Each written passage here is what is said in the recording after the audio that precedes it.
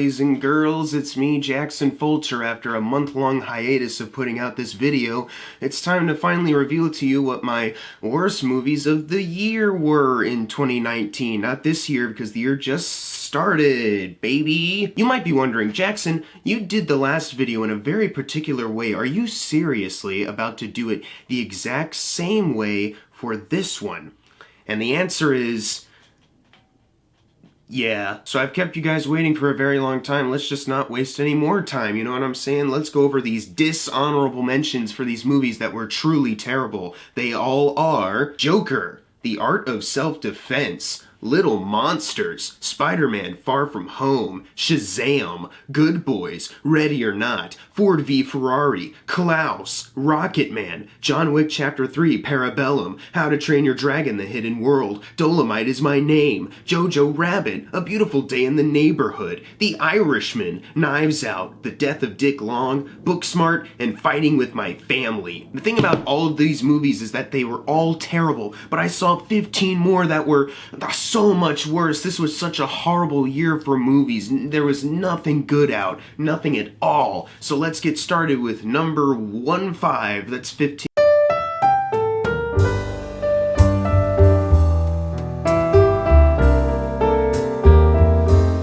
The reason why I hate The Nightingale so much was because I had to see this movie in a movie theater with a bunch of old people, and when the movie started, about 20 minutes in, I felt really uncomfortable being there. How dare a movie try to make me feel uncomfortable for the sake of telling a gripping, dramatic story? I hate that! Just entertain me! Make everything safe and fun.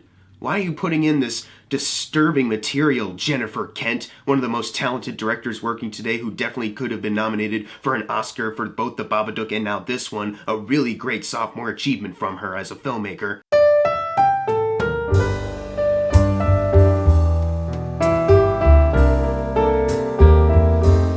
The thing I hate the most about Luce is that it was under my radar. You know, a lot of movies that look great, they just publicly put it out there, widespread for anyone to see. But for Luce, I actually had to discover this movie through word of mouth. And then when I watched it, it was incredible, and I was wondering how this didn't get as much attention when it was getting released. And I hate that. I really hate when I have to discover great films. I just want to see a trailer for a movie that looks great, but it's like a big blockbuster movie, and then I can go, yeah, that looks great, and then I can go see it and then just come here and tell you, yeah, that was great. I don't want to discover anything. That's bullshit.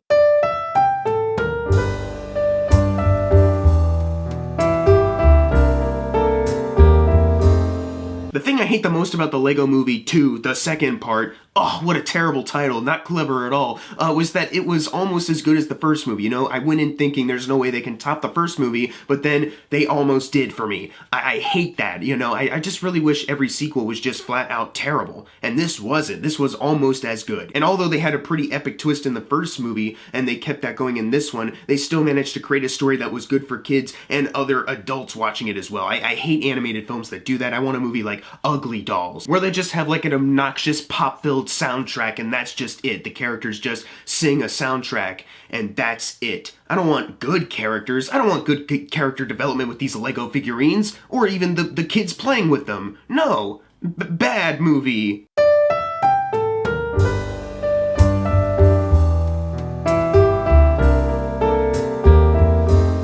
The thing that upset me the most about Dr. Sleep was that it wasn't filled with jump scares like every 5 minutes. It was actually like intelligently made. Like Mike Flanagan actually took to heart the Kubrick lessons of how he made The Shining and made a really great successor. I just want a bunch of jump scares. You know, movies like Polaroid or The Haunting of Sharon Tate really know how to pull off scares, and Dr. Sleep was not scary at all. Rose the Hat was definitely not an intimidating villain. What a terrible character. I really hate how they spent time with the antagonist before things started to really heat up. I just hate when movies try to focus on character, because then it's boring and nothing is happening even though they're actively working on characters.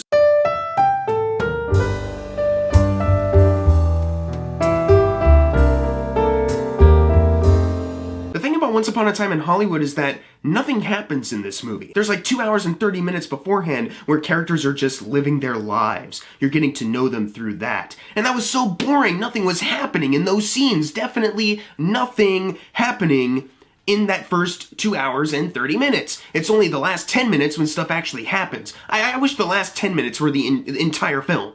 If they could just stretch that out. You know, I just wish, you know, I wish that Tarantino made a better Sharon Tate movie than The Haunting of Sharon Tate, but oh well, Daniel Farrens is a much better filmmaker. I'm not taking any of this seriously.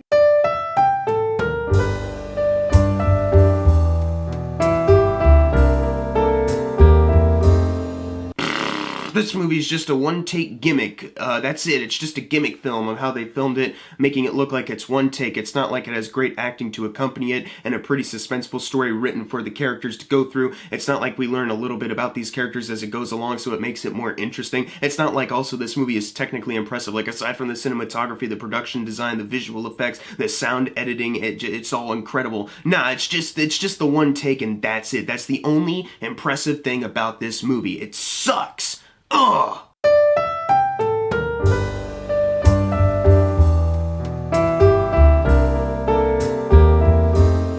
I actually really liked Us, you know, it was a really great film. I thought it had a lot of great horror sequences in it. The social commentary was pretty great and had a really great cast. Lupita Nyong'o was snubbed for an Oscar. But then Jordan Peele did an interview where he said he's probably not going to cast white people in the leads of his movies. Well, how dare he? Now, he's just making SJW liberal woke propaganda that Hollywood's shoving down our throats.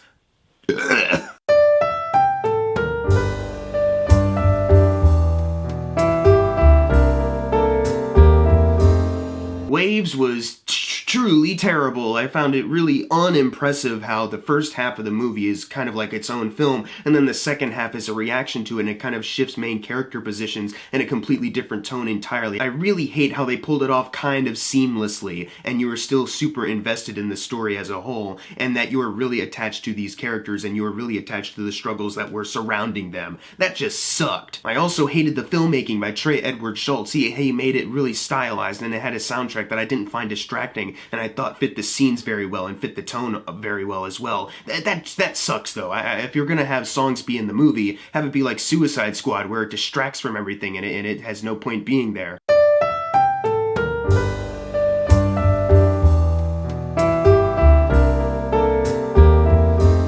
I walked into this movie thinking it was a Happy Madison Adam Sandler movie, so I was sorely disappointed that it was not. Not a single laugh to be had in this. It was super serious. Adam Sandler was actually acting instead of going on a vacation. Well, what's up with that, man? Aside from Kevin Garnett, there were no other Adam Sandler friends in this movie, like Kevin James or David Spade. None of them. Well, what's up with that? Sandler, you're losing it, man. This should have been a Happy Madison production, guy. Come on. Maybe now that you got snubbed for the Oscars, you can actually make the Happy Madison version of this. Maybe this is the worst movie ever that you threatened to make on Howard Stern a couple weeks ago.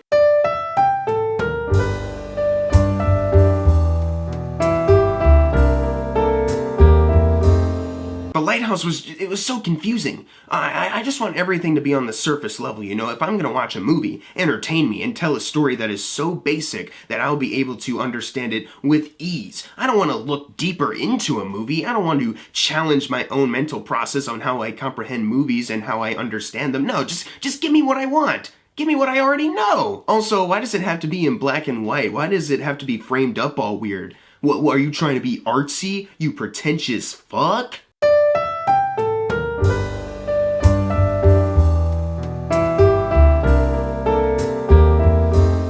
Midsummer? More like midsummer bullshit. This is an actual nickname that certain people that I know on the internet are using to hate this film. They are also known to really hate other A24 films, and they call them pretentious fucks when really they're just putting out some quality films, you know. But I guess A24 is all pretentious because they make different movies than the norm. Because God forbid any movie studio put out a movie that's against the norm.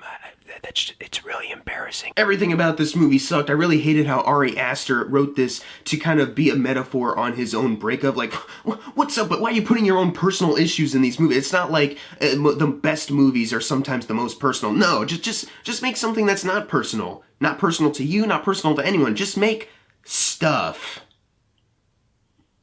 Yeah, just make stuff without any kind of heart or personality to it. Just make thing.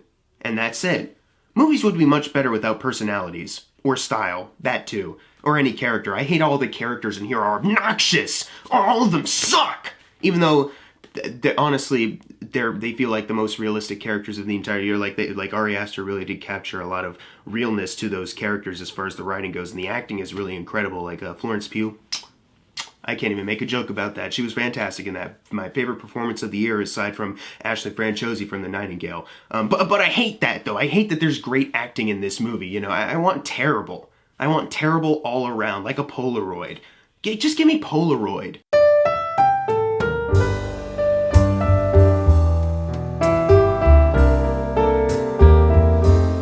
Parasite was actually really great. It was a wonderful film. I recommend anyone go see it. If you think subtitle movies aren't your jam, stop thinking that way and just go see it, like, for real. It's a fantastic movie. I've seen it twice now, but the first time I saw it, I legit didn't know what the movie was about. I saw it with some friends, and we were just looking at each other in shock the entire time. It was a really fun experience, and I was so happy that it won Best Picture, until I realized it was already nominated for Best International Feature Film. How come our American films can't just be nominated for Best Picture? You already had Parasite in the International Feature one. How come it has to be nominated with the rest of these good old American films? Oh, I'm not racist, don't get me wrong, but I just want all foreign movies out of the other categories that aren't specifically labeled a foreign category.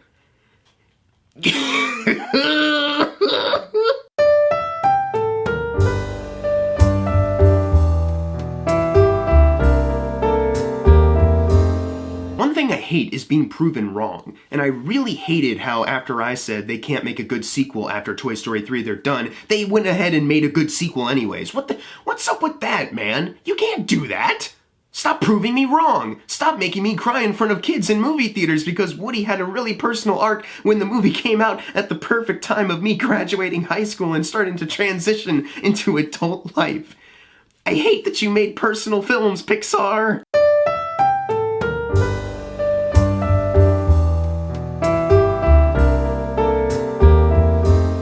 Marriage Story, more like Marriage Boring. So you remember what I said about the Midsommar bullshit people that used that nickname against Midsommar? Yeah, they made this nickname too, Marriage Boring, because they hated this movie. Why?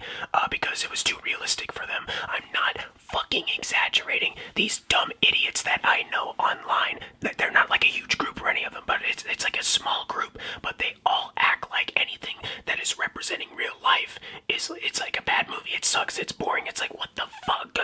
How can you call yourselves fans of movies if all you fucking like are big fucking blockbusters? And I'm not fucking exaggerating these people. I just have to vent about this because I've known about them for so fucking long, and I have not told anyone about this. I really hated Laura Dern in this movie because her character represented the soullessness to the business of being a lawyer, and she played it excellently well. I just hate that, though. I hate it when actors do a good job playing the role that they were meant to play, but because I don't like them, which was the exact point of the character, the exact point the movie was going for, that even I can't get through.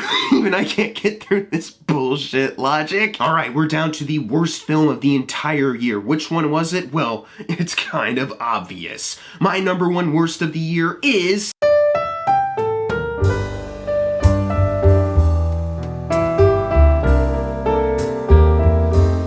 Avengers Endgame is not a cinematic achievement. In fact, it sucks balls. I really hated that when I was watching the movie, I had to eventually get out of the reclined chair position and just sit upright because I was so invested and I was in so much suspense on where the story was going. I really hate that. I want to know exactly what's going to happen next. I don't want to be in suspense because I don't know. I hated how as soon as Black Panther walked out of the portal and then Falcon flew right through and then a bunch of other portals were opening that I started to cry uncontrollably.